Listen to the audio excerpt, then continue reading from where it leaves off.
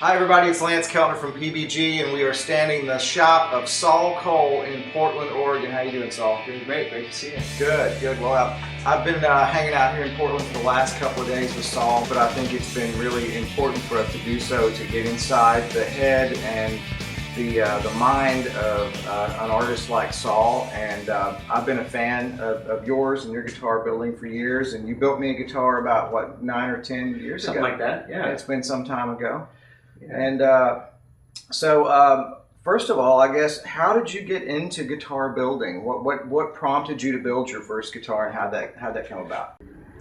Well, I was always the loner kid that was stuck in his room making stuff. Mm-hmm. I wasn't one to go out and play football and basketball like all the other kids. I was always kind of just making things and drawing and cutting up wood and gluing things together, taking apart radios and that sort of thing. And at some point, I started learning how to play guitar. Took some guitar lessons, and that's how I went. I kind of found out about guitar making through a couple books. Great. And kind of put all these things together: the desire to play guitar, the desire to make things. Right. And so here we are today. Standing in your shop. Standing in my shop, yes. And so when did you actually put together the first glide guitar? First glide was made in about 1990. Okay. And it was actually for a bandmate. It was kind of stretched out in all directions. Mm-hmm. But that was the original glide shape. That became refined and refined and refined, and became the glide. Well, you've got one right here, huh? It came this shape right here. Right.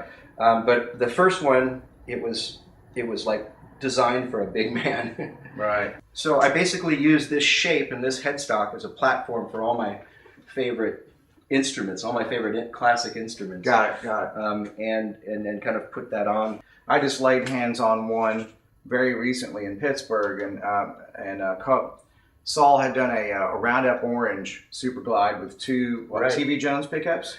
The thing I liked about it is it's and I told some of the guys that we work with that it is indeed like, playable art. And the shape is really comfortable on your body. It's very ergonomically easy to deal with, unlike some guitars. And they always sound great. They're always set up perfectly. So, I'm a big fan of yours from way back.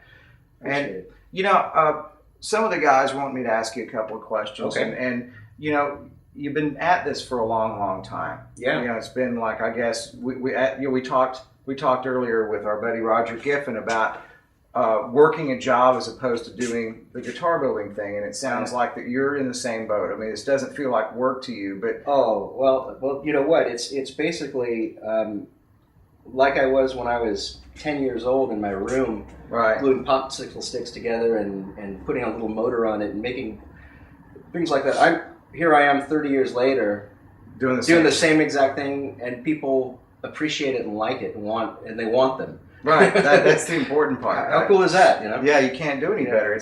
I get a phone call from somebody. They have an idea, and they have a certain glide that they're picturing in their head. And well, I did that with you. You did that, and that was fun. It was great. Yeah. And I guess though the question would be if there had to be one or two things that you would say that really turn you on and keep you excited about this more than anything else. What comes to mind there? To me, there's nothing more satisfying than using the chisels and gouges and whatnot. Basically, here's the neck, right, where the heel needs to be shaped, and the neck needs to be refined off the power tools, right.